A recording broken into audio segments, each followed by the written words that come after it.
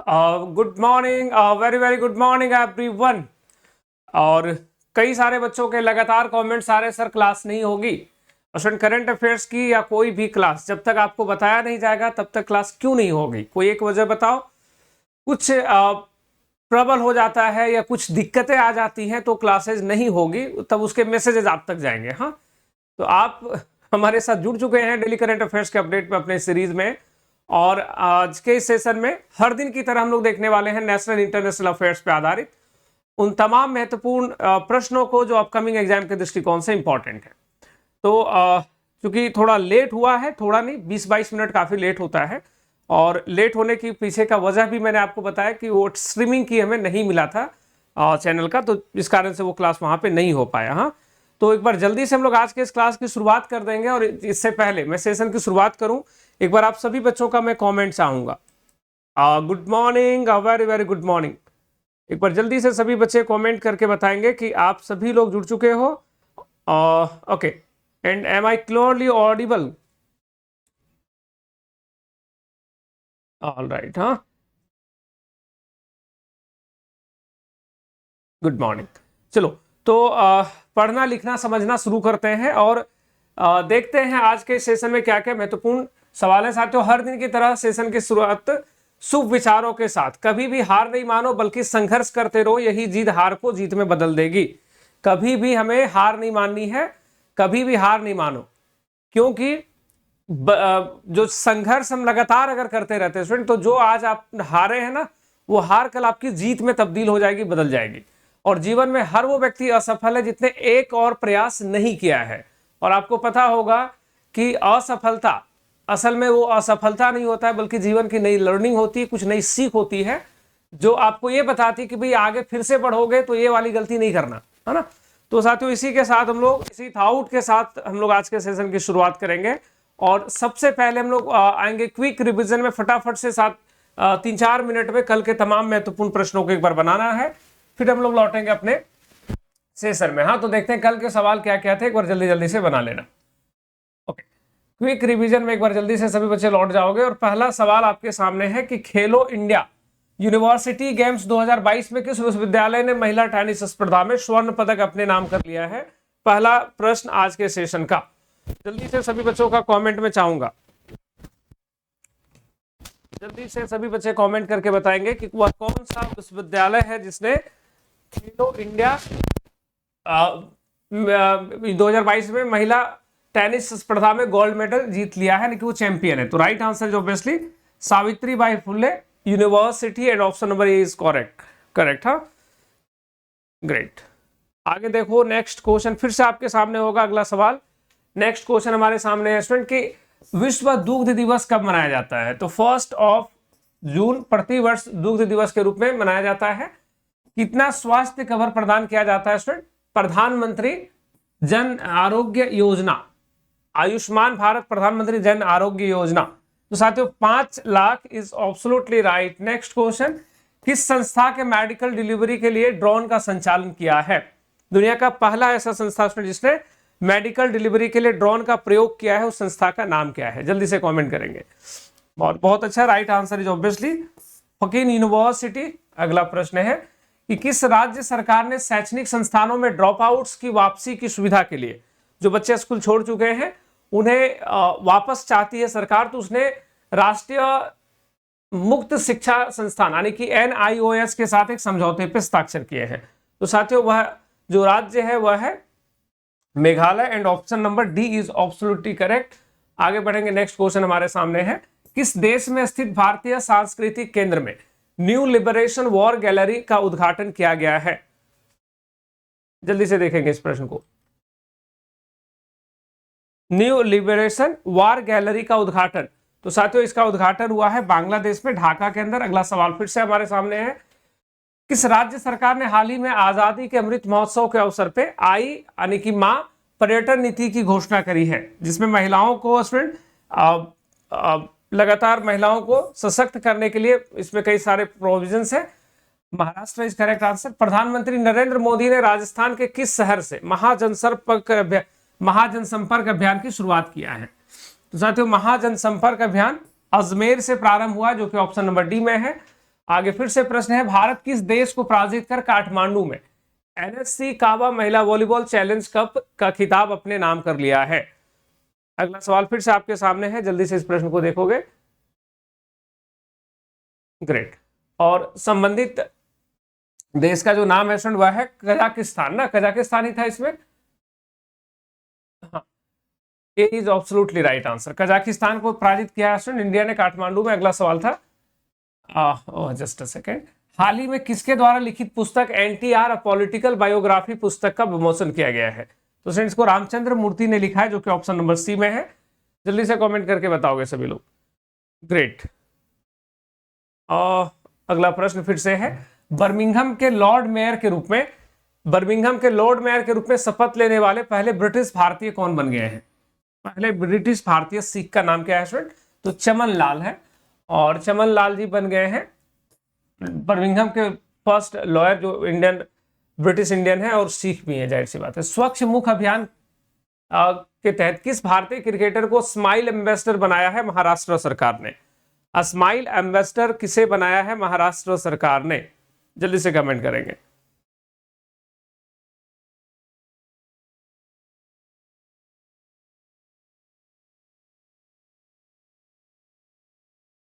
बहुत बढ़िया, और इसमें नाम है सचिन तेंदुलकर।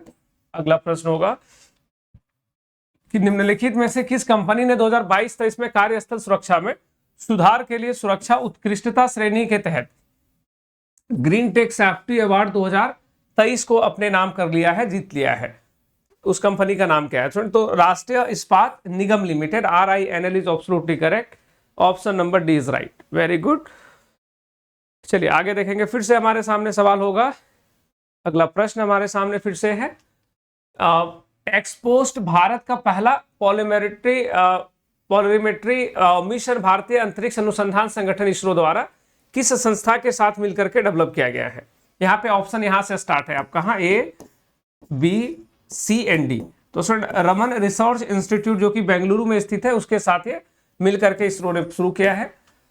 अगला प्रश्न आपके सामने फिर होगा कि रिवार्ड प्रोग्राम को भारत में किस संस्था द्वारा सहायता प्रदान किया गया है? रिवार्ड, तो साथियों इसे विश्व बैंक, वर्ल्ड बैंक के द्वारा सहायता प्राप्त है।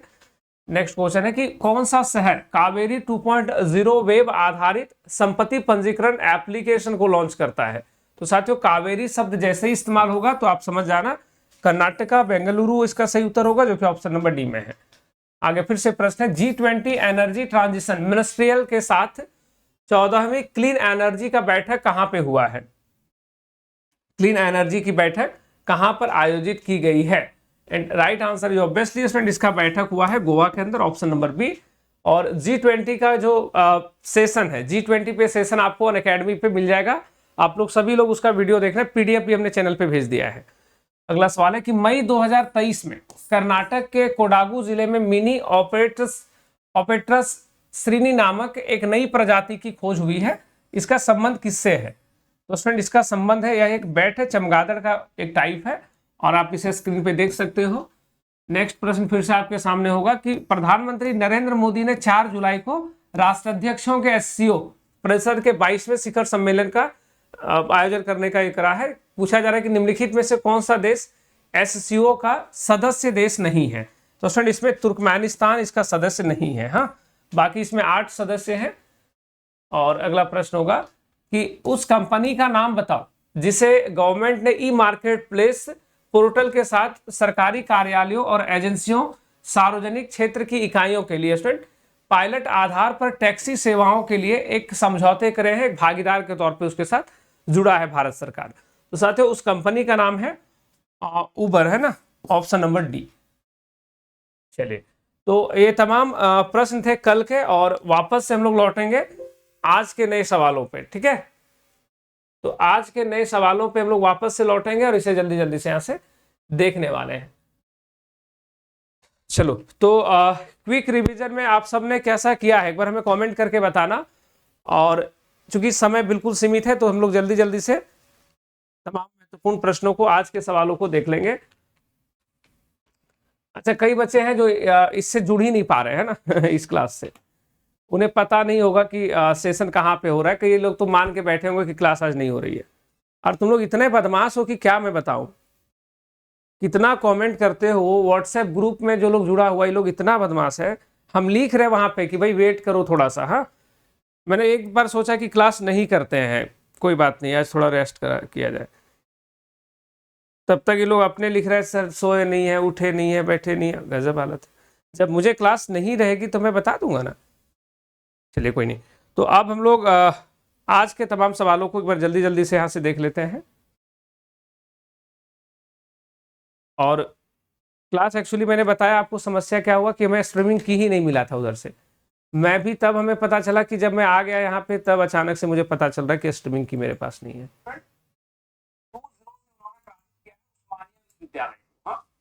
चलिए यहाँ तक हो गया। अब हम लोग आज के सवालों को देख रहे हैं। पहला प्रश्न आपके सामने है, चलिए जल्दी से कमेंट करोगे। हाँ, ये पहला सवाल है कि 1 जून को, 1 जून को, हाँ साथियों, 1 जून को मध्यम दूरी की बैलिस्टिक मिसाइल अग्नि-1 का परीक्षण कहाँ किया गया है? अग्नि-1 का परीक्षण कहाँ से किया गया है, ये आपको कमेंट करके बताना है। नहीं, कॉल करने से उतना परेशानी नहीं होता है, मतलब चलो ठीक है, समझ में आता है कि हाँ कॉल है।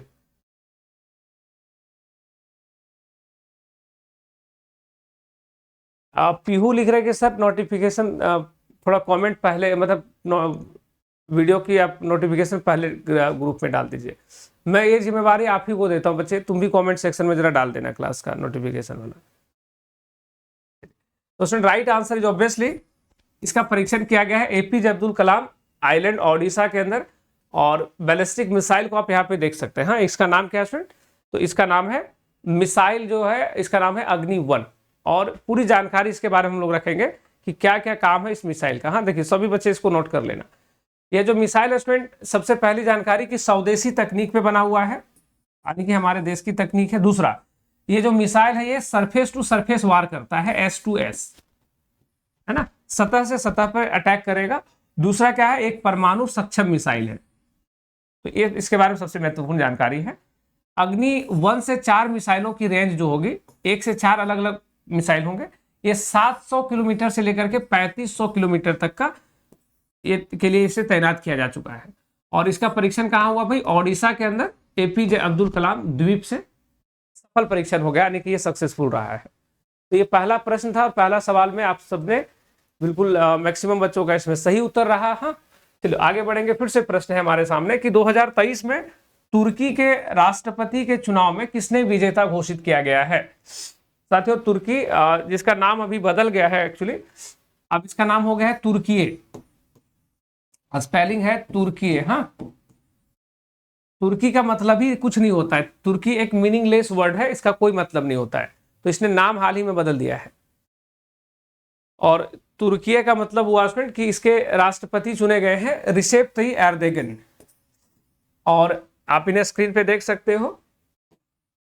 हाँ, एर्दोगन साहब यही हैं और इनके बारे में पूरी जानकारी है। हाँ देखो, सबसे पहले कि उन्होंने 74 वर्षीय केमल इसको के खिलाफ चुनाव लड़ा था और उनको इतना वोट मिले हैं। और तुर्की में सुप्रीम इलेक्शन काउंसिल जो था उसने इसे जीत दर्ज किया है। इन्होंने, इनको वोट कितना मिला है? 52.18% मिला है। यानी कि आपसे सवाल अगर पूछा जाए कि इन्होंने कितना प्रतिशत वोट को ला करके चुनाव जीत दिया है, और वहां पे एक्चुअली क्या हो रहा था कि कई सारे अफवाह भी फैल रहे थे, पूरी दुनिया में इसको काफी कवरेज मिला इस न्यूज को, हाँ तुर्की के चुनाव को, तो इसलिए बड़ा न्यूज बन जाता है ये। तो आप लोग प्रयास करिएगा कि इसको एक बार समझ लोगे तो इसके बारे में। और तुर्की के बारे में क्या बातें हैं, तो भाई तुर्की का मुद्रा जो है लीरा है। दूसरा, राजधानी कहाँ है? अंकारा है। जनसंख्या कितनी भाई? 84.78 मिलियन। GDP approx 819 billion. कौन से कॉन्टिनेंट में पड़ता है? यूरोप एशिया दोनों में। इसकी भाषा है टर्किश, ऑब्वियसली तुर्की इसकी लैंग्वेज भी है, भाषा भी है। अब आगे फिर से प्रश्न है कि यूपीयू का फुल फॉर्म क्या होता है? यूपीयू का बताएंगे क्या होता है? क्यों ये सवाल आपसे पूछा जा रहा है, जल्दी से कमेंट करोगे। यूपीयू का फुल फॉर्म क्या होता है?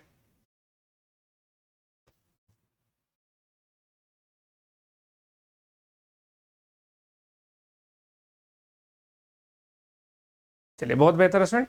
और right answer is obviously UPU का फुल फॉर्म होता है यूनिवर्सल पोस्टल यूनियन। हाँ, क्या फुल फॉर्म होता है इसका? Universal postal union. और ये चर्चा में इसलिए रहा है स्टूडेंट क्योंकि यूनिवर्सल पोस्टल यूनियन जो है ना, इसका एक रीजनल कार्यालय भी नई दिल्ली में लग रहा है। न्यू दिल्ली में स्टूडेंट इसका एक रीजनल कार्यालय स्टैब्लिश हो रहा है। हाँ, और इसकी मंजूरी जो है कैबिनेट ने 31 मई को इसकी मंजूरी दे दिया है कि भाई अपना कार्यालय लगा लो दिल्ली के अंदर। हाँ, उद्देश्य क्या है? यूपीए के साथ समझौता करना, इसको विकास करना, तकनीकी सहायता इत्यादि प्रदान करना। हैट्रिक वॉन स्टीफन इसके संस्थापक हैं और 9 अक्टूबर 1874 में इट वाज एस्टैब्लिश्ड। मुख्यालय कहाँ पे भाई? बर्न, स्विट्जरलैंड के अंदर। हाँ, बर्ने शहर का नाम है जहाँ पे यूपीयू का हेडक्वार्टर स्थित है। तो ये पूरी जानकारी आपको यहाँ पे रखना पड़ेगा। यूपीयू यूनिवर्सल पोस्टल यूनियन, उसके ब्रांच कहाँ पे क्षेत्रीय कार्यालय ओपन होगा? इंडिया के अंदर। एस्टैब्लिश कब हुआ ये? तो 1874 में। आगे प्रश्न फिर से हमारे सामने है, नेक्स्ट क्वेश्चन कि 1 जून 2023 को यूपीएससी के सदस्य के तौर पे पद और गोपनीयता का शपथ किसने लिया है? साथियों, ये सवाल रिपीटेड नहीं है, नया प्रश्न है। हाँ, तो आपको बताना कि वह व्यक्ति जिसने इसमें शपथ लिया है। और जैसे हम लोग बोलते हैं यूपीएससी, तो बच्चा आप सभी लोग आर्टिकल्स नोट कर लेना इसमें यूपीएससी के लिए। इसके लिए आर्टिकल हम लोग मेंशन करते हैं अनुच्छेद 315 टू 323। और पद और गोपनीयता का शपथ किसने लिया भाई? श्री विद्युत बिहारी स्वैन। और आप स्क्रीन पे देख सकते हैं श्री विद्युत बिहारी स्वैन को, और इनको ओथ दिलाया जा रहा है। आपने, हम लोगों ने लास्ट क्लास में यह भी चर्चा किया था कि यूपीएससी के जो सदस्य होते हैं उन्हें शपथ दिलाने का काम जो स्टूडेंट वो आयोग के अध्यक्ष करते हैं। तो आयोग में अभी अध्यक्ष कौन है? डॉक्टर मनोज सोनी। डॉक्टर मनोज सोनी, उन्होंने उन्हें पद और गोपनीयता की शपथ दिलाई है श्री विद्युत बिहारी स्वैन को। ठीक है, तो ये जानकारी रखना। और इनके बारे में तमाम बातें हैं कि 1998 बैच के गुजरात कैडर के आईएएस हैं और 1989 से इतना के बीच में स्वयं जो गुजरात में विभिन्न पदों पे रह चुके हैं। तो इस तरह के बारे में, इसके बारे में जानकारी होगी। अगला सवाल फिर से हमारे सामने है कि हाल ही में किस विश्वविद्यालय में हिंदी पाठ्यक्रम को शुरू किया गया है? ये अपने आप में एक बड़ा ही महत्वपूर्ण प्रश्न है। हाँ, हिंदी पाठ्यक्रम किस विश्वविद्यालय ने लॉन्च कर दिया है? वहां हिंदी पढ़ाया जाएगा। तो कितनी अच्छी बात है भाई, हिंदी वालों तो एकदम खुश हो गए होंगे। हिंदी भाषा का अभी बहुत ही स्कोप है बाहर के देशों में। तो अगर जो भी बच्चे हिंदी लिटरेचर, साहित्य इत्यादि में जानकारी रखते हैं, उनके लिए मैं बता दूं कि आप प्रयास करिएगा जरूर से जरूर इस भाषा में आप अच्छी अपना नॉलेज ठीक ठाक रखिए, क्योंकि भारत दुनिया का सबसे बड़ा जनसंख्या वाला देश है। आने वाले समय में सबसे बड़ा इकोनॉमी बनेगा, तो हर देश भारत से जुड़ना चाहेगा और किसी भी देश से जुड़ने के लिए वहाँ की भाषा बहुत महत्वपूर्ण होती है ना। तो स्टूडेंट, वह देश है एडिनबर्ग विश्वविद्यालय। और एडिनबर्ग विश्वविद्यालय कहाँ पड़ता है भाई? तो स्कॉटलैंड में पड़ता है। कहाँ पड़ता है? स्कॉटलैंड में। हाँ, स्कॉटलैंड में। Scotland is the part of the United kingdom, UK का ही हिस्सा है ये। यूके में 4 राज्य हैं। हाँ, यूके में 4 राज्य हैं। स्कॉटलैंड उसमें से एक है नॉर्थ आयरलैंड, इंग्लैंड, और एक और क्या है? वेल्स है। तो ये चारों मिल करके बनता है यूनाइटेड किंगडम, यूके बनता है। और university of Edinburgh language Hindi course. हाँ, तो जैसे हमारे यहाँ तो ग्रेजुएशन में भी एडमिशन स्टार्ट हो गया है, तो उसी प्रकार से वहाँ पे अब आपको हिंदी भाषा में भी एडमिशन मिलेगा, उसकी पढ़ाई कर सकते हो।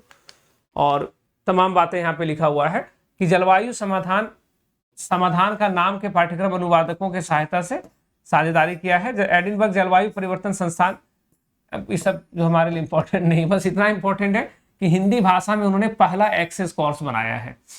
तो ये अच्छी बात है हम सबके लिए। अगला सवाल होगा कि किस राज्य में 1 से 2 जून को भारतीय यूरोपीय संघ कनेक्टिविटी सम्मेलन का आयोजन किया गया है? भारतीय यूरोपीय संघ कनेक्टिविटी सम्मेलन कहाँ पे आयोजित हुआ है? ये आपको कमेंट करना है।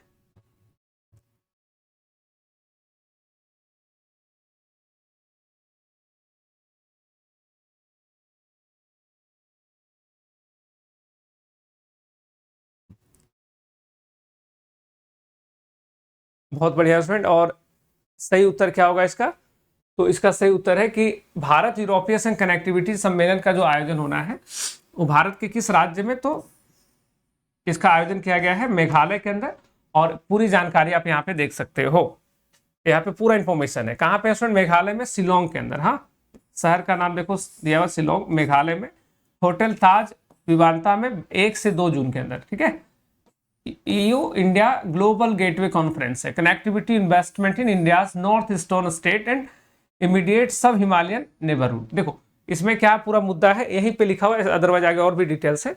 इस सम्मेलन का जो मूल उद्देश्य है वो ये है कि भारत में पूर्वोत्तर राज्यों और पूर्वोत्तर राज्यों में खास करके नेपाल, भूटान, बांग्लादेश सहित इसके पड़ोसी देशों में कनेक्टिविटी निवेश को बढ़ाने के अवसरों का पता लगाने के लिए इसकी एस्टैब्लिशमेंट हुई है। यानी कि उत्तर पूर्व भारत में कनेक्टिविटी कैसे ठीक होगा और हिमालय के जो नेबर कंट्रीज हैं, हाँ, वहां पे कनेक्टिविटी को कैसे हम लोग बूस्ट कर सकते हैं, तो उसके लिए यह सम्मेलन आयोजन हुआ है। आयोजन किसने किया भाई? विदेश मंत्रालय ने, मिनिस्ट्री ऑफ एक्सटर्नल अफेयर्स और यूरोपीय यूनियन, एक वर्ड यूज हुआ है ना, तो फ्रेंड यूरोपीय यूनियन के बारे में आपने जानकारी होगा कि ये 27 देशों का एक समूह है, जिसमें से जो मूल उद्देश्य यूरोपियन यूनियन का वो है कि यूरोप के सभी सदस्य देशों का एक समग्र विकास करना, एक साथ डेवलपमेंट करना। तो ये पूरी जानकारी आपको यहाँ पे रखें और आगे बढ़ेंगे। फिर से हमारे सामने सवाल होगा कि किस राज्य के अहमदनगर में, अहमदनगर का नाम अहिल्याबाई होलकर नाम पर रखा गया है?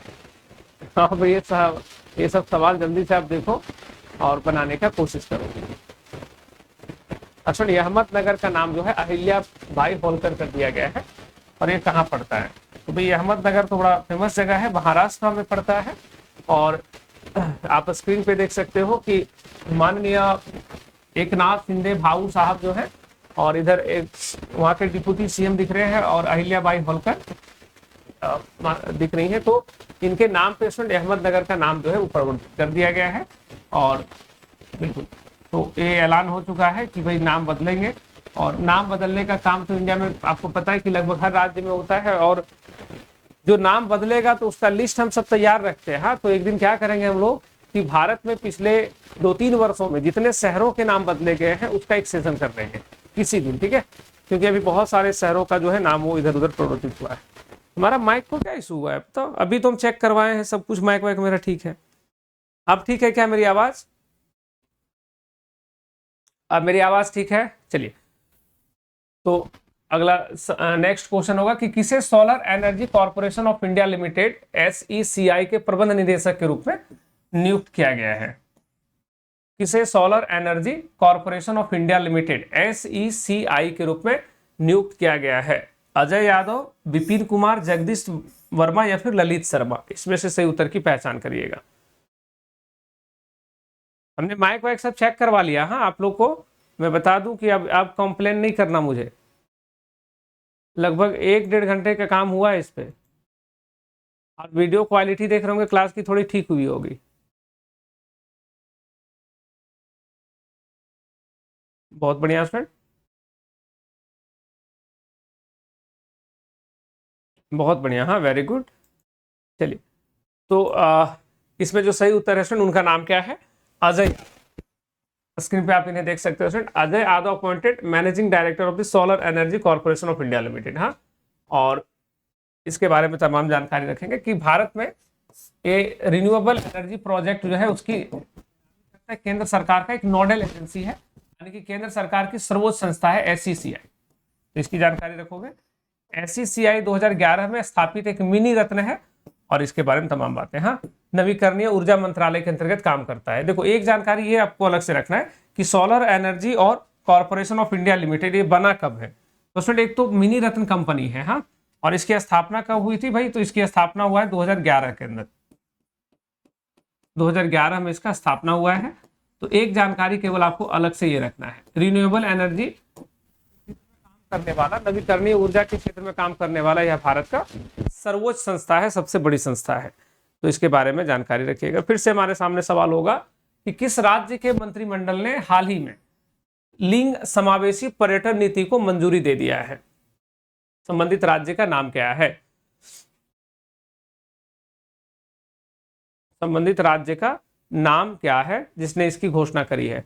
तो स्टूडेंट इस प्रश्न को आप थोड़ा सा अच्छे से समझने का प्रयास करना। अभी थोड़ी देर पहले ही हम लोग पढ़े थे ना, आई माँ पर्यटन नीति, आपको याद होगा, मतलब कल हम लोग डिस्कस किए थे ना, भारत में अमृत महोत्सव के अवसर पे आई माँ पर्यटन नीति की घोषणा किसने किया था? सेम सवाल था। हाँ, बस केवल मतलब क्वेश्चन का भाषा बदल दिया गया है। हाँ, तो संबंधित राज्य वही है महाराष्ट्र, जहां पे महिलाओं को लिंग समावेशी जेंडर इंक्लूसिव टूरिज्म पॉलिसी का घोषणा हुआ है महाराष्ट्र में। और पर्यटन पर्यटन विकास का इंजन माना जाता है किसी भी देश के लिए। आपको अगर ये जानकारी रही होगी तो आपने इस बार आईपीएल में जरूर देखा होगा कि सऊदी का खूब प्रचार हो रहा था, देख रहे थे ना टीवी पे, जब आईपीएल चल रहा था ऐड आ रहा था कि भाई सऊदी आ जाओ घूमने के लिए। तो उससे क्या होता है कि आप जिस संबंधित क्षेत्र में, राज्य में, शहर में घूमने जाओगे, आपको पता है वहां पे रहना खाना तमाम तरह की जो खर्चे करेंगे उसकी इकोनॉमी को बूस्ट करेगा। तो उसी को प्रमोट करने के लिए इसकी घोषणा की गई है अधिक से अधिक। और हाँ, यहाँ पे बाइक टैक्सी सेवा जो है, महिला बाइक टैक्सी सेवा, उसकी भी अनुमति मिली है और तमाम तरह की चीजें। तो महिलाओं को सशक्त बनाने के उद्देश्य के साथ स्टूडेंट इस समावेशी पर्यटक नीति की घोषणा महाराष्ट्र सरकार ने किया है, एकनाथ शिंदे गवर्नमेंट ने किया है। अगला सवाल फिर से है कि किस एयरवेज कंपनी को दूसरे वर्ष के लिए पर्यावरण एयरलाइन ऑफ द ईयर 2023 के रूप में नॉमिनेट किया गया है? वाह, अच्छा सवाल है और एग्जाम के अंदर आपको दिख सकते हैं, डायरेक्ट छपने वाला। पर्यावरण एयरलाइन ऑफ द ईयर जो है वो लगातार दूसरे वर्ष के रूप में किसको रिकॉग्नाइज किया गया इस रूप में?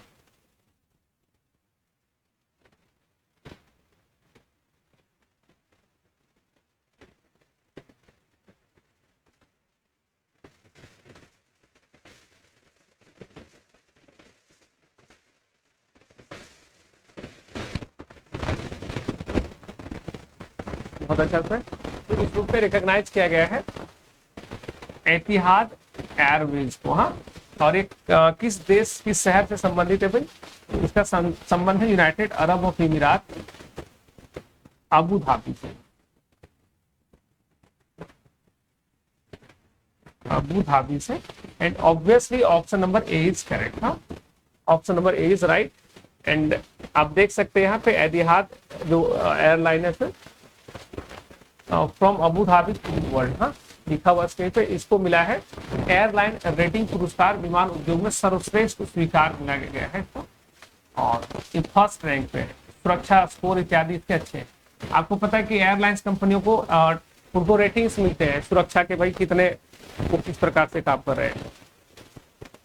नहीं, मेरे पैर नहीं है इस वायर के नीचे, तुम लोग ऐसे नहीं बोलो। मतलब मैं तो प्रॉपर इसका ध्यान रख रहा हूँ कि मेरे को आवाज जानकारी रखना है कि पर्यावरण संरक्षण के लिए सबसे बेस्ट काम करने वाला वो एयरवेज।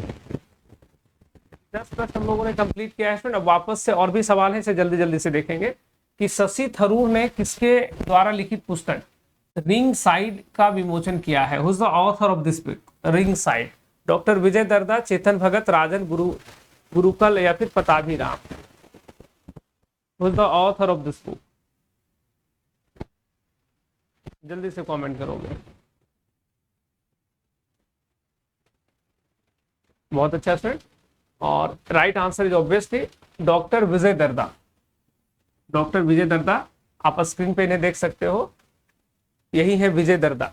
हाँ, और इन्होंने लिखा है रिंग साइड नामक पुस्तक और विमोचन किया गया है शशि थरूर के द्वारा। आगे यहाँ पे पूरी जानकारी है कि रिंग साइड जो है बेसिकली इसमें ये लोकमत मीडिया समूह समाचार पत्रों और अन्य प्रमुख राष्ट्रीय दैनिक समाचार के 2011 से 16 के बीच प्रकाशित साप्ताहिक लेखों का एक संकलन है और इसे लॉन्च किया गया है।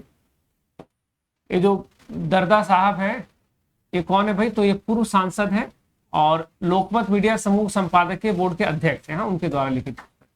और इनके बारे में आपने जानकारी रखनी है। शशि थरूर ये मेंबर ऑफ पार्लियामेंट है तिरुवनंतपुरम से और जाने माने ऑथर है तिरुवनंतपुरम से, केरला से। हाँ, शशि थरूर के बारे में आप लोगों ने कई बार पढ़ा होगा कि शशि थरूर की ना इंग्लिश इतनी तगड़ी है कि कभी ये ट्वीट करते हैं ना तो इनके ट्वीट को समझने के लिए भी टीचर की आवश्यकता पड़ सकती है। ऐसे ऐसे शब्दों का वो चुनाव करते हैं वहां पे। आगे बढ़िए, फिर से सवाल होगा कि किस देश ने भारत के लिए KSS-3 बैच 2 पनडुब्बी की पेशकश की है? बड़ा ही महत्वपूर्ण सवाल है भाई ये भी। वह देश कौन सा है जिसने KSS-3 बैच 3 पनडुब्बी यानी कि स्कॉर्पियन को पेशकश करा है? तो वह देश है South Korea, option number B. और पनडुब्बी आप स्क्रीन पे देख सकते हो इसमें।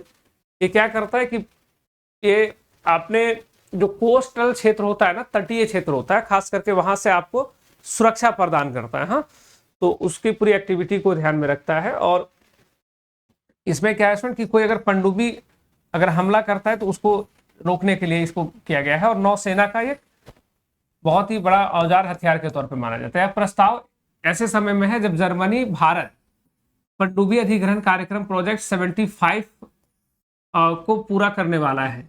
तो ऐसे समय में ये डील हुआ है दक्षिण कोरिया के साथ, यानी कि इसी प्रकार का एक समझौता भारत ने जर्मनी के साथ किया। और उसी समय में यह प्रस्ताव जो है स्टूडेंट के SS-3 जो है, ये प्रस्ताव किसने दिया है? तो इंडिया के सामने एक और प्रस्ताव है दक्षिण कोरिया से, साउथ कोरिया से। तो ये दोनों जानकारी रखना है, जर्मनी और साउथ कोरिया वाला। आगे बढ़ेंगे और अगला प्रश्न फिर से हमारे सामने होगा।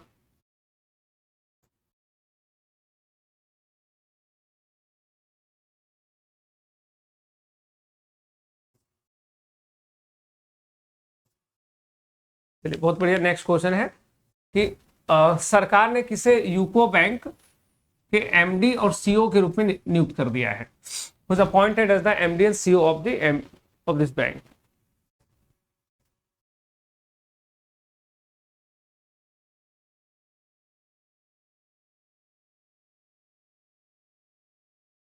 जल्दी से कमेंट करेंगे। यूको बैंक के MD और CEO किसे बनाया गया है? बहुत बढ़िया स्टूडेंट, एक कार्यकारी निदेशक है अश्विनी कुमार, स्क्रीन पे आप इन्हें देख सकते हो। और इन्हें बनाया गया है यूको बैंक का MD CEO। एंड पूरी जानकारी आप इनके बारे में रख सकते हैं। अश्विनी कुमार जो शंकर प्रसाद की जगह लेंगे, जो 31 मई को रिटायर हुए हैं। और अश्विनी कुमार 1 जून से 3 साल के लिए इस पद पे नियुक्त होने वाले हैं। यूको बैंक क्या है? तो यूको बैंक एक पब्लिक सेक्टर बैंक है, PSB है। और यूको बैंक के बारे में जानकारी रखना है कि इसकी स्थापना 1943 में हुई है। इसका मुख्यालय कोलकाता के अंदर है, कोलकाता में इसका हेडक्वार्टर है। आमतौर पे आपने बैंकों के बारे में पढ़ा होगा कि मुंबई हेडक्वार्टर होता है ना, तो इसका हेडक्वार्टर थोड़ा डिफरेंट है, तो यह भी आपको जानकारी रखना है। 1943 में इट वाज एस्टैब्लिश्ड और मुख्यालय इसका कोलकाता है। अगला सवाल फिर से हमारे सामने है। प्रधानमंत्री नरेंद्र मोदी ने 4 जुलाई को राष्ट्र अध्यक्षों के SCO परिषद के 22वें शिखर सम्मेलन की अध्यक्षता करेंगे। निम्नलिखित में से कौन सा देश SCO का सदस्य नहीं है? रिपीटेड सवाल है, जल्दी से उत्तर कर देना। और मैं आपके सभी के नाम पढ़ना चाहता हूं। चलिए, 14 नंबर पे, हाँ रिपीटेड सवाल है, एक बार जल्दी से उत्तर कर देना। क्वेश्चन एक्चुअली गलती से कर दिया होगा लड़के ने। तो स्टूडेंट, इसकी जो बैठक होगी, ये भारत के प्रधानमंत्री नरेंद्र मोदी साहब इसको करेंगे बैठक। और इसमें तुर्कमेनिस्तान जाहिर सी बात है सदस्य नहीं है। वर्चुअल मोड में ये आयोजन होने वाला है, यानी कि ऑनलाइन ये आयोजन होगा। और इसमें सदस्य कौन कौन है इसमें, तो आप देख सकते हैं कि SCO के सदस्यों में से चीन है, रसिया है, Kazakhstan, Kyrgyzstan, Pakistan, Tajikistan, Uzbekistan. हाँ, ये तमाम देश जो आमंत्रित देश, सब लोग भाग लेंगे। तो ये सवाल हम लोगों ने पढ़ लिया था। और यहाँ पे पूरी जानकारी है SCO के बारे में। SCO कब बना है? 2001 में। कहाँ हेडक्वार्टर है? बीजिंग में। महासचिव झांगमिंग चाइना के हैं। सदस्य कितने? 9। भारत इसमें कब शामिल हुआ था उसमें? तो भारत इसमें 2017 में शामिल हुआ है। इससे पहले भारत SCO का सदस्य नहीं था। और सम्मेलन 2022 जो है वो कहाँ हुआ था? समरकंद, उज्बेकिस्तान में। चलिए, 2023 का बैठक किस देश को होस्ट करने का राइट है? भाई इंडिया को है। तो पूरी जानकारी रखें। चलिए आगे बढ़िए। अगला सवाल है कि प्रधानमंत्री नरेंद्र मोदी ने राजस्थान में महाजनसंपर्क अभियान की शुरुआत किया कहां से? तो ये सब तो हो चुका था, अजमेर से शुरुआत किया है। उसके बाद प्रश्न है, किस राज्य सरकार ने हाल ही में आजादी के अमृत महोत्सव के अवसर पे आई मां पर्यटन नीति की मंजूरी दे दिया है? ये सवाल एक ही है, बस भाषा अलग हो गया है। महाराष्ट्र ने ये जान कर दिया है। अब यहां से चीजें बदली नहीं। हाँ, ये सब बिल्कुल नया प्रश्न है कि ग्लोबल वेल्थ कॉन्फ्रेंस का आयोजन किस शहर में किया गया है? ये सभी नए प्रश्न, इसे जल्दी से देखोगे। वह शहर उसमें जहां पे इसके आयोजन हुए हैं।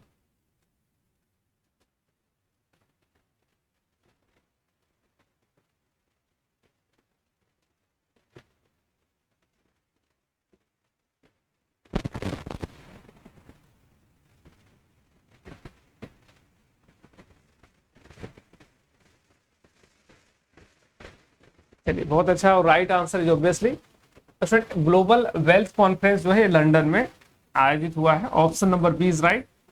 और लंदन में इस विजुअल को देख सकते हो जहां पे बैठक हुई है। ओके, देन हम लोग फिर से अपने सवाल पे आगे बढ़ेंगे। नेक्स्ट जानकारी हमारे सामने होगा।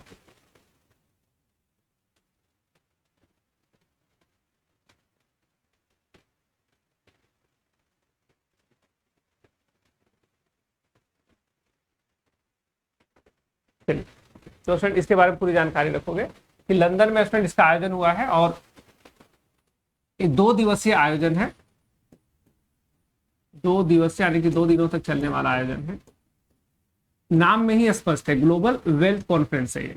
तो इसमें किस पे होगा यह सम्मेलन निवेशकों के लिए निवेश के भविष्य को फिर से परिभाषित करने महत्वपूर्ण निवेश की बात करता है। यहाँ पे हम लोग के लिए एक जानकारी ये होगा कि भारत के बाजारों में, भारत में आप सब बच्चे नोट करना कि $10 बिलियन, 10 बिलियन जो है सर निवेश फंड की स्थापना की जा रही है। निवेश फंड की स्थापना की जा रही है।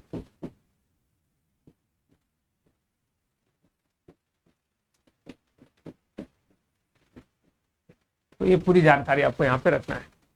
कितने का इंडिया के बाजार के लिए निवेश फंड की बात करी गई सर? तो आंसर में ये कहां पे, अच्छा आंसर में तो बाय मिस्टेक रहा होगा। तो यहाँ पे हम लोग कहाँ देख रहे हैं इसको? बी। कोई दिक्कत नहीं है, ये सब तो अच्छा बात है ना। अब जो बच्चे क्या करते हैं, कभी कभी आप देखिएगा कि पीडीएफ देख करके आंसर करने की कोशिश करते हैं। तो पीडीएफ जो लोग देखेगा वो लोग गलत करेगा अपना। सर आपने गलत ठीक किया है भाई, हमने सही ठीक किया है, हमने लंदन ठीक किया है, हमने लंदन ठीक किया है। हमें आंसर से क्या मतलब है कि में जो भी रहे। अब जो लोग टेस्ट उस्ट लगाएगा ये लोग, तब वहां पे गलती होता है। हाँ नेक्स्ट है कि कौन सा देश विशेष रूप से भारत से ऊर्जा कंपनियों को आकर्षित करने की उम्मीद में 19 से 23 जून तक तेल और गैस सम्मेलन का आयोजन कर रहा है, ऑयल एंड गैस कॉन्फ्रेंस का आयोजन कर रहा है। भारत से जो कंपनियां हैं उनको आकर्षित करना चाहता है अपने अंदर, अपने देश में। तो उस संबंधित देश का नाम क्या है? आपको सभी देशों का इसमें जानकारी रखना है कि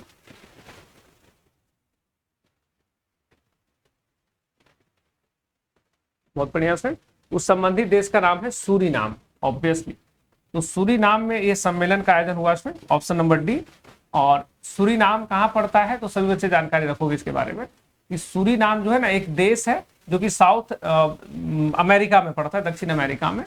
और उसने दक्षिण अमेरिका में स्थित एक देश है, उसने 19 से लेकर के 23 जून तक इस आयोजन को करा है। माना जाता है कि सूरीनाम में कम से कम 3 से 4 बिलियन बैरल भंडार है ऑयल का जो खोजे गए थे। भारत अपनी कच्ची तेल की जरूरतों के लिए लगभग विदेशों पे 85% की निर्भरता रखता है, जबकि अमेरिका और यूरोपीय ऊर्जा वर्तमान में सूरीनाम में ऊर्जा बाजार पर हावी है। भारतीय कंपनियों वहां पे जाना, पूरा मामला क्या है उसको समझने का कोशिश करना। देखो सूरीनाम में पहले से यूरोप की कंपनियां और अमेरिका की कंपनियां जो हावी है। अब भारत की कंपनियों को कैसे वहां पे आकर्षित किया जाए? भारत की बहुत सारी कंपनियां, HPCL, IOCL, ONGC, बहुत सारी कंपनियां बड़ी बड़ी। तो उन कंपनियों को सूरीनाम चाहता है कि हमारे देश में लोग भी आए। तो उसके लिए उसने क्या किया स्टूडेंट, एक कॉन्फ्रेंस आयोजित किया है और उसी के बारे में बात की गई कि 19 से लेकर के 23 जून तक आयोजन होगा। सूरीनाम में जो भंडार है ऑयल का उसके बारे में बताया गया, 3 से लेकर के लगभग 4 बिलियन का भंडार है। ये फिर से हमारे सामने होगा। सूरीनाम के बारे में यहाँ पे देख सकते हैं कि इसका कैपिटल है पैरामेरेवो, सुरेमानीज डॉलर इसका करेंसी है, ऑफिशियल लैंग्वेज है डच, और साउथ अमेरिका में कॉन्टिनेंट में एग्जिस्ट करता है, स्थित है। नेक्स्ट है कि उत्तराखंड में, साथियों उत्तराखंड में उत्तरकाशी के हिमालयी क्षेत्र में उन्नत पर्वतारोहण पाठ्यक्रम पूरा करने वाली भारत की पहली महिला एनसीसी कैडेट कौन बन गई है? शिवांगी सिंह, दीपिका मिश्रा, भावना कंठ या शालिनी सिंह? ये नाम थोड़े सुने हुए हैं, तो आप सभी बच्चे बिल्कुल ध्यान से इसका उत्तर करना।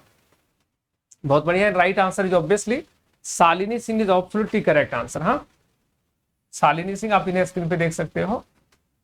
शालिनी सिंह आप इन्हें स्क्रीन पे यहाँ पे देख सकते हो। एनसीसी ना, नेशनल कैडेट कॉर्प्स जो है उसकी फर्स्ट कैडेट जिसने, भारत की पहली एनसीसी कैडेट महिला जिसने पर्वतारोहण किया है उत्तराखंड में, उत्तरकाशी में, हिमालय। और कोर्स पूरा करने के लिए बनाई गई 45 एनसीसी कैडेट टीमें वो अकेली महिला कैडेट के रूप में शामिल थी। 26 अप्रैल को महीने भर चलने वाले इस कोर्स में उन्होंने शुरुआत कराया है। तो पूरी जानकारी इनके बारे में यहाँ पे दिया गया है। आगे फिर से हम लोग पढ़ेंगे कि नेक्स्ट सवाल क्या है, उसे देखोगे। अगला प्रश्न है, यस बैंक ने अपनी ताजा ब्रांड पहचान के हिस्से के रूप में अपने नए लोगों का अनावरण किया है। लाइफ को बनाओ रिच नारा दिया है के साथ एक नया ब्रांड अभियान भी लॉन्च किया है। आपसे सवाल है, यस बैंक का टैगलाइन क्या है? What is the tagline of yes bank? जल्दी जल्दी से कमेंट करेंगे सभी भाई। यस बैंक का टैगलाइन क्या है? बिल्कुल, तो साथियों सभी लोग इसके बारे में जानकारी रखोगे कि यस बैंक का टैगलाइन है एक्सपीरियंस आवर एक्सपर्टीज। क्या इसका टैगलाइन है? Experience our expertise. और इसके बारे में आप यहाँ पे देख सकते हो, तमाम अधिकारीगण हैं जिन्होंने इसे लॉन्च किया है। ठीक है, तो अब इसमें क्या किया, डिजाइन, भाषा, डिजिटल इत्यादि में उसको क्या है, अत्यधिक अनुभव प्रदान करना उपभोक्ताओं को इसका मूल उद्देश्य है। इसके अलावा यस बैंक का टैगलाइन है कि लाइफ को बनाओ रिच, है ना, एक नया मुहिम के तौर पे इसने शुरुआत करी है। यस बैंक के बारे में अगर हम लोग बात करें तो 2004 में इसकी स्थापना हुआ है, मुंबई हेडक्वार्टर है, प्रशांत कुमार इसके हेड है, सुनील मेहता इसके चेयरमैन है, और इसका जो टैगलाइन होता है बैंकों का वह है एक्सपीरियंस आवर एक्सपर्टीज। तो ये तमाम सवाल थे जिसको हम लोगों ने यहाँ पे किया है।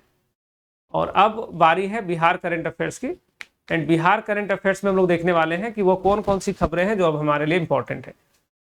चलिए बिहार करंट अफेयर्स की बारी है और जल्दी से हम लोग इसे, अरे सी नहीं होगा, क्या बात करते हो, हमने टैगलाइन पूछा है बच्चा, मेरी बात समझो। टैगलाइन देखो यहाँ पे, experience our expertise is absolutely right answer. हाँ, अब पूरे डिटेल में हमने लिखा है, फिर भी आप कह रहे हो कि यही होगा। नेक्स्ट है, अब बिहार के बारे में देखिए क्या क्या न्यूज है। हाँ, आमतौर पे देखिएगा कि डेली उतने अपडेट्स नहीं होते हैं, कुछ ना कुछ खबर तो है। तो साथियों जो बिहार से संबंधित न्यूज है वो है कि बिहार के 26 शहरों का बन रहा है GIS मास्टर प्लान। हाँ, तो GIS मास्टर प्लान जो स्टूडेंट कितने शहरों का बन रहा है भाई? 26 शहरों का। हाँ, तो इसके बारे में जानकारी रखोगे। GIS मतलब जोग्राफिकल इंफॉर्मेशन सिस्टम, और ये 2024 तक जो है वो बन करके तैयार हो जाएगा। तो इसके बारे में आपने जानकारी रखना है। जाहिर सी बात है, ये उस संबंधित शहरों के बारे में अगर नाम बताया जाए कि किन शहरों का GIS बन रहा है, तो इसमें से स्टूडेंट 9 अन्य शहर जो है इसको उसमें रखा गया, जमुई, लखीसराय, खगड़िया, भभुआ इत्यादि जो है इसमें। और GIS आधार मास्टर प्लान का फायदा क्या होगा? तो तकनीक है एक नई तकनीक, और किसी भी क्षेत्र में मैपिंग होगी, वहां की जमीन क्या है, वहां पे सड़क कौन सी है, प्रॉपर्टीज कहाँ कहाँ पे है, तो उससे क्या होगा, उसका मापी किया जा सकता है। हाँ बिल्कुल, तो GIS आपसे सीधा सवाल होगा कि कितने शहरों का बनेगा, तो बिहार के 26 शहरों का GIS बनने का प्लान है, इसकी जानकारी रखोगे। नेक्स्ट फिर से हमारे सामने न्यूज है कि बिहार में 45% लोग आज भी संचार सेवाओं से है महरूम। बिहार के बारे में जानकारी है स्टूडेंट कि पूरे भारत में, हाँ, बिहार जो है वो 4थे नंबर पे आता है जहां पे लोग संचार सेवाओं से यानी कि टेलीकम्युनिकेशन सर्विस से वंचित है।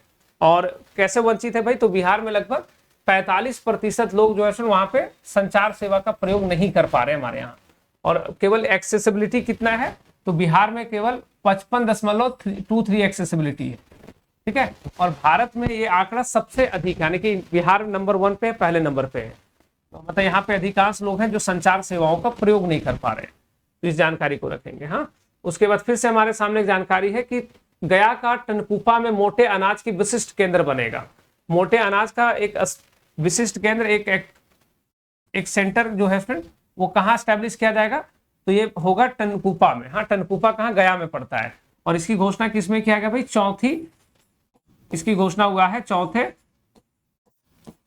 कृषि रोड मैप में। हाँ, आपको जानकारी होगा 4थे कृषि रोड मैप के बारे में।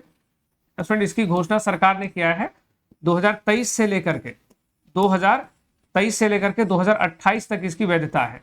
और किसानों के आय को कैसे बढ़ाया जाए, बिहार में जैविक खेती को कैसे बढ़ावा दिया जाए, और बिहार में मोटे अनाज के उत्पादन इत्यादि को कैसे और बेहतर किया जाए, उस पर हमारा आधारित है।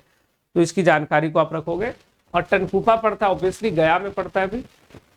चलिए, तो ये तमाम चीजें करंट अफेयर्स जो ये सेशन है मार्च का भी हम लोग रिवीजन करते हैं स्पेशल आने की फ्री क्लास में 10 बजे, ठीक है। चलिए, तो ये तमाम चीजों को आपने यहाँ पे देख लिया। अब स्टूडेंट सेशन को हम लोग समाप्त करें इससे पहले आप सभी बच्चों को मैं बता दूं कि अनअकैडमी पे अभी आपके लिए ढेर सारे कोर्सेज हैं, ढेर सारे बैचेज हैं, चाहे वो शिक्षक बहाली का हो, बीपीएससी प्रीलिम्स का हो, मेंस का हो, ढेर सारे कोर्सेज बैचेज हैं। तो आप सभी लोग प्रयास करिएगा इन सभी बैचेज में जरूर से जरूर जुड़े। और सेशन की शुरुआत के साथ साथ सेशन को अब समाप्त करेंगे हम लोग, और समाप्त करेंगे हर दिन की तरह एक शायरी के साथ। लाइक करने में कंजूसी क्यों रखते हो आप लोग, हमें यही समझ में आज तक नहीं आया है। मतलब कोई शिक्षक अगर आपको पढ़ाने छोड़ के 50 बार बोले लाइक करो, तब शायद लाइक करते हो आप लोग। जस्ट लाइक, जल्दी से एक बार लाइक कर लो। हाँ, लाइक एक बार फटाफट से कर दीजिए। चले हम लोग आप आगे बढ़ेंगे, और आज के सेशन के सबसे आखिरी सेगमेंट में जहां पे 2 पैसे की शायरी हम लोग देखने वाले हैं। ये शायरी 2 पैसे का है। आप कभी पूछोगे नहीं क्यों 2 पैसे का है? इसलिए 2 पैसे का है ना, क्योंकि ये ज्यादा देर चलेगा नहीं बच्चा, उतर जाएगा थोड़ी देर में। चलिए, तो आज का जो 2 पैसे के शायरी स्टूडेंट वो ये है कि तेरी आजमाइश कुछ ऐसे, थोड़ी अच्छी वाली हम लोग आज 2 पैसे की शायरी करते हैं कि तेरी आजमाइश कुछ ऐसी थी खुदा, तेरी आजमाइश कुछ ऐसी थी खुदा, आदमी हुआ आदमी से जुदा। जमाने को जमाने की लगती होगी, पर धरती को किसकी लगी है बददुआ, है ना। जमाने को जमाने की लगती होगी, पर धरती को किसकी लगी है बददुआ। उदासी से तूफान के बाद परिंदे ने कहा, उदासी से तूफान के बाद परिंदे ने कहा, चलो फिर आसियां बनाते हैं जो हुआ सो हुआ, है ना। चलो फिर आसियां बनाते हैं जो हुआ सो हुआ। साथियों, जीवन में हमेशा एक बात का ख्याल रखिएगा, कुछ भी आखिरी नहीं है, कुछ भी अंत नहीं है। हर वो व्यक्ति अपने जीवन में हर बार खड़ा हो सकता है जिसके अंदर फिर से शुरू करने की क्षमता हो। तो कभी भी लगे ना कि खत्म हो गए, तो आप याद रखिएगा कभी कुछ खत्म नहीं होता है। जब जहां आपको लगता है खत्म होता है, असल में वहां से एक नई शुरुआत जन्म लेती है। और अगर आप एक सकारात्मक सोच वाले व्यक्ति हो तो आप देखेंगे कि वो जो नई शुरुआत होगी वो आपके जीवन में पिछली बार आपने जो किया था उससे बेहतर होगा। तो केवल और केवल क्या करना, आपको एक सकारात्मक दृष्टिकोण रखना है, एक पॉजिटिव अप्रोच रखना है। देन फिर आप देखोगे कि आप अच्छे से कर लोगे। जीवन में आपके लिए कुछ भी अंत नहीं है, जीवन में आपके लिए कुछ भी आखिरी नहीं है। तो साथियों, आज के सेशन को हम लोग यहीं पे समाप्त करेंगे। क्लास से जुड़ने के लिए सभी बच्चों का बहुत बहुत धन्यवाद। और ये सेशन हमारा अनअकैडमी बीपीएससी चैनल पे ही चलेगा लगातार, तो आपको अब अलग से फिर से सोचने और समझने और खोजने की जरूरत नहीं है। तो अभी के लिए इतना ही। हाँ, अपना खूब ख्याल रखो, मुस्कुराते रहिए, हंसते रहिए। और फरवरी जनवरी का रिवीजन जो है वो हम लोग जल्दी से इस चैनल पे लेकर के आएंगे। और नूतन सावनी बच्चे, मैं आपको बता दूं कि आप प्रयास करना अनअकैडमी के फ्री क्लास को ज्वाइन करने का। वहां पे भी मार्च का करंट अफेयर्स का रिवीजन करा रहा हूं। मार्च खत्म होगा, फिर फरवरी, उसके बाद जनवरी का भी सेशन होगा, तो वहां पे जरूर से जरूर जुड़िएगा। हाँ, फिलहाल अभी इतना ही सेशन में। खूब ख्याल रखिए अपना। धन्यवाद। Thanks to being in the session. Take care, bye bye.